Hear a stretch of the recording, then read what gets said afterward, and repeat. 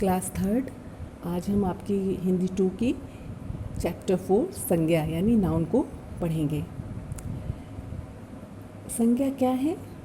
संज्ञा कोई किसी भी चीज़ का नाम कहलाता है, यानी किसी भी व्यक्ति का नाम हो, वस्तु का नाम हो, स्थान का नाम हो, या फिर कुछ भावनाएं हमारी होती हैं, उन्हें भी संज्ञा के नाम से जाना जाता है। ठीक है, नीचे देखिए कुछ संज्ञा क्या है यह जानने के लिए जो आपकी बुक में फर्स्ट पेज पे जो चित्र कुछ पिक्चर्स दिए हुए हैं उनके नाम को पढ़ लेते हैं। एक छोटी सी मेज रखी है, मेज़, रेड कलर की गाड़ी, सेब, गेंद, मोर, शेर, दादाजी, अलमारी और गुब्बारा, है ना बच्चों? ये नाम ही इन सब की पहचान है। हम इन सबको, इन सारी जो चीज़ें आपने पिक्चर में देखी, इसको किसी न किसी नाम से तो पुकारते ही है ना। तो जो नाम दिया हुआ यही नाम इनकी पहचान है। आपका हमारा भी नाम होता है जिससे हम एक दूसरे को बुला पाते हैं, जिससे सभी लोग हमें पुकारते हैं, या यूँ कहिए कि नाम ही हमारी पहचान है। व्याकरण में नाम को ही संज्ञा कहते हैं। संज्ञा एक्चुअल में होता क्या है? किसी भी चीज़ का नाम, यानी जिस नाम से भी हम किसी भी चीज़ को पुकारते हैं, किसी व्यक्ति को पुकारते हैं, किसी स्थान को बुलाते हैं, तो वो संज्ञा है। संज्ञा इज़ ए नाउन, और किसी भी चीज़ के नाम को संज्ञा कहते हैं। ठीक है, इसकी परिभाषा नीचे देखिए लिखी है। किसी प्राणी, वस्तु, स्थान या भाव के नाम को संज्ञा कहते हैं। नेक्स्ट पेज में आ जाइए। प्राणियों के नाम भी कई प्रकार के होते हैं। कुछ व्यक्तियों के नाम होते हैं, जैसे अमिताभ बच्चन लिखा है, फिर गांधी जी हैं, फिर राकेश जी हैं, है ना।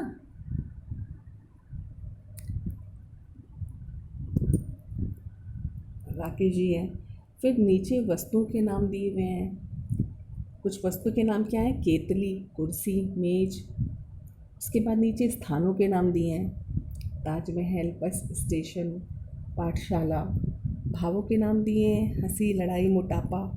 बच्चों, आपने चित्रों के नीचे लिखे प्राणियों, वस्तुओं तथा स्थानों व भावों के नाम आदि सब पढ़े होंगे। ये सभी क्या है? संज्ञा। यानी ये जो जितने भी चित्र बने हैं, प्राणियों के नाम के हों, वस्तुओं के नाम को, स्थानों के और भावों के नाम के जो चित्र हैं, इसमें कोई जो भी नाम दिया है वो सब संज्ञा है। वो सब उन चीज़ों के नाम हैं और संज्ञा कहलाते हैं।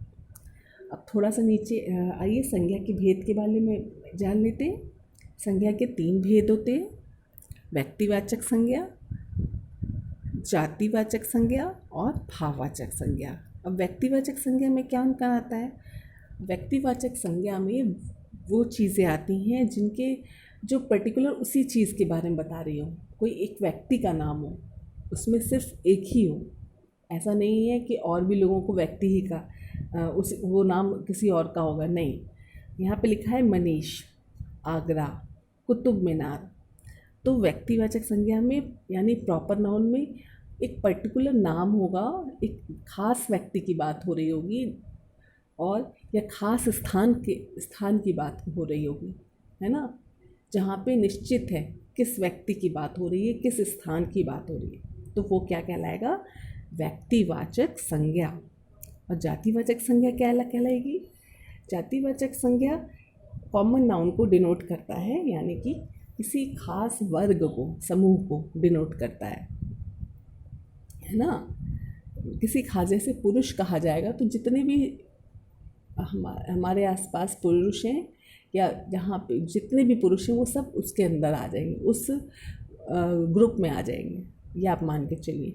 लड़की है तो जितनी भी लड़कियां हैं वो सब किसी भी लड़की की बात हो सकती है। पुरुष है तो किसी भी, यानी पता नहीं कौन से पुरुष की बात हो रही है, लेकिन वो पुरुष कैटेगरी में आ जाएगा। लड़की है तो लड़की की बात हो रही है, तो ये पता चल रहा है कि कोई ना कोई लड़की की बात हो रही है जो लड़की की कैटेगरी की हो, पूरी डिनोट करेगी। पक्षी में बहुत सारे पक्षियाँ हो सकते हैं, चिड़िया हो सकते हैं, तो किसी खास पक्षी की बात नहीं हो रही है।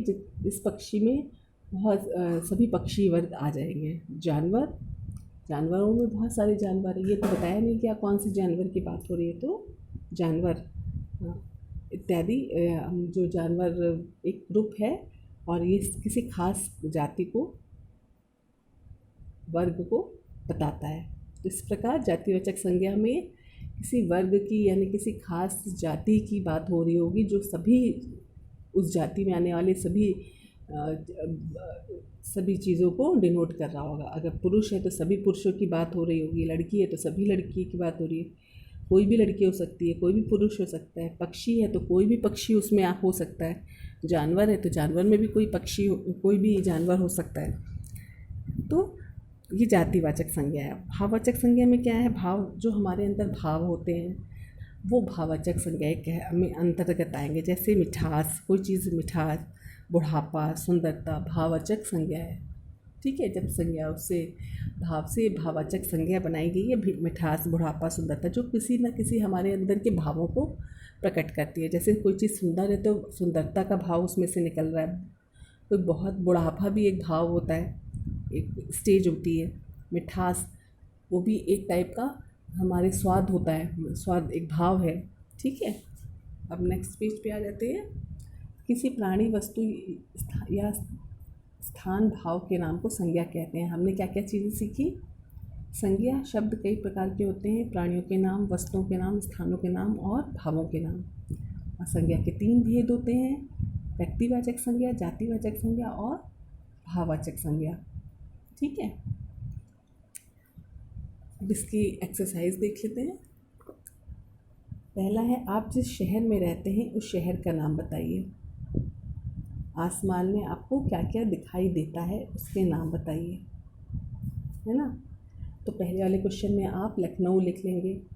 आपको आसमान में क्या क्या दिखाई देता है वो सब लिख सकते हैं आप। यहाँ पे आसमान में हमें नीला आकाश दिखाई देता है या फिर पक्षी दिखाई देते हैं, इस तरह से आप लिख सकते हैं।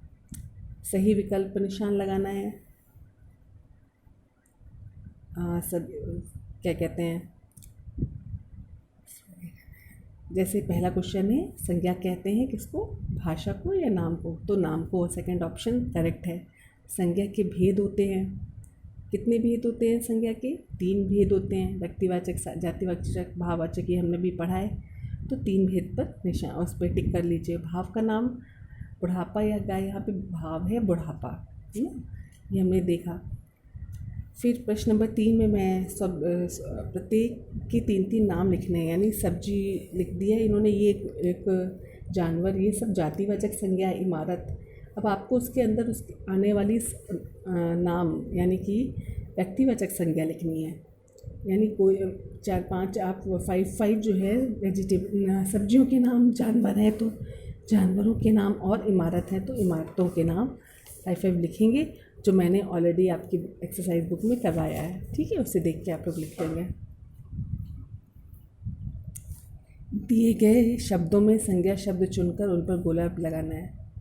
तो जितने भी संज्ञा शब्द हैं उस पर गोला लगाना है। जैसे काला है, बालक है, बालक, सारी जातिवाचक जितनी, मतलब इसमें तीनों प्रकार की जो संज्ञा है उससे रिलेटेड शब्द को गोला लगाना है। ठीक है, तो काला, बालक, जापान, ताजमहल, गंगा, दिल्ली, चंडीगढ़, ये सब क्या है, जातिवाचक संज्ञा है। जातिवाचक नहीं ना, पूरी ये संज्ञाओं में आती हैं। ठीक है, तो आपको ये इसमें गोला लगाना है। 5th क्वेश्चन है,